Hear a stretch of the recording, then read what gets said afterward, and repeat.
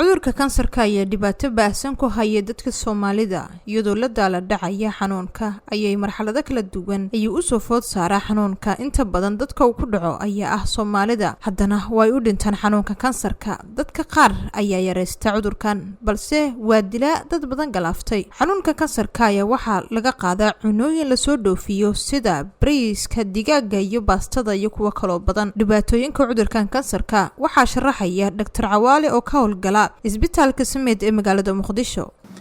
kansarka inta badan sida caadiyan waxa loo yaqaanaa malignance laakiin sida tooska marka laga hadlayo burada kale ayaa waxa loo kala qaybshaa labo mid ay dhahan benign oo inta badan mid fudud ah iyo mid ay dhahan malignant oo Soomaalida inta badan u taqaano kansarka ama dunidana loo yaqaan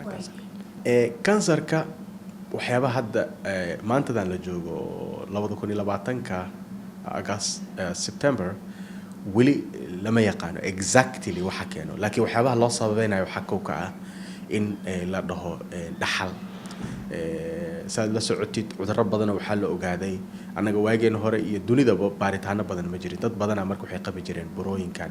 ama kansarka ku dhaca jirkooda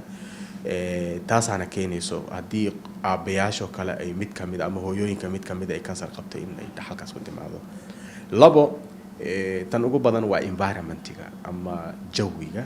oo aan ula jeedo raashinkaan cuneyno waxyaabaha nolosheena ku heraarsan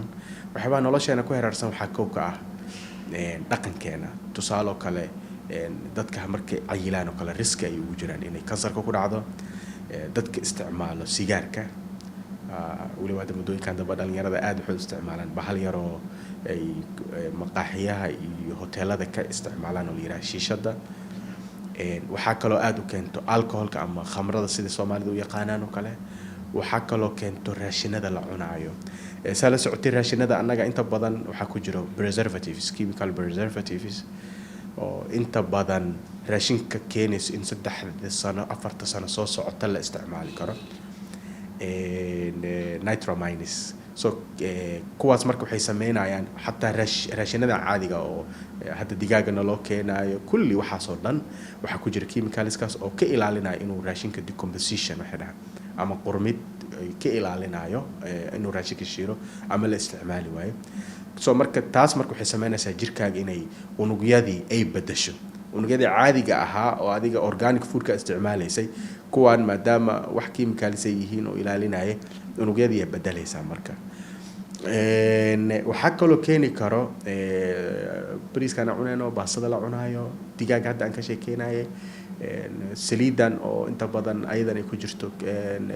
daawooyinka aan ka hadlayo kale kulli waxa soo dhan way ka wada mid yihiin siyaabaha looga hortago cudurka kansarka ayaa waxa marka la sharaxaya Dr. Cawaale sidee looga hortagi karaa waxay u baahan tahay wacyigelin badan u baahan tahay waxa wacyigelinta ugu muhiimsan waxay tahay group of tusaale kale in dad isku yimaadaan dhaqaatiirta qalliinka ama dhaqaatiirta cudurradan kansarka daawaysa laba in media la helo oo TV-yada iyo raadiyaha la helo social media maalmahan dambe impact xoog leh kula bulshada kala asigana la helo waxa soo waxa ka sii muhiimsan wasaaradii caafimaadka iyo madaxda dalka ama maamulka gobolka kulli in la wada helo la wada kaashado la sameeyo campaign tusaale kale la yiraahdo yeysan mar dambe dhicin in laga aamuso kansarka bini aadanka tusaale kale billboards oo magaalada lagu dhajiyo siiba waxa aad ii murjiyo hooyooyin gobolada jooga kansarka naasoo kale ku dhaco kale oo meel ay soo gaaraan aysan jirin soo marka dadkaas oo kale waxay u baahan yihiin ama raadiyaha lagu gaarsiiyo ama lagu gaarsiiyo walow aan hubin social media sidoo ku gaari karo laakiin haddana la ogeysiiyo oo wacyigelin la sameeyo dhaqaatiirta kale ay maalmaha fasaxyadooda kale ama waqtiyadooda qayb kamid ah inay siiyaan ay bulshada la hadlaan oo kale cudurka kansarka ayaa ah mid dunida ku baahsan balse muddooyinkii ugu dambeeyay waxa uu dhintay dad aad u fara badan kuwaas oo noloshooda ku waayay Fartuun Maxamuud Axmed Fartuun Filsan Shabelle TV Muqdisho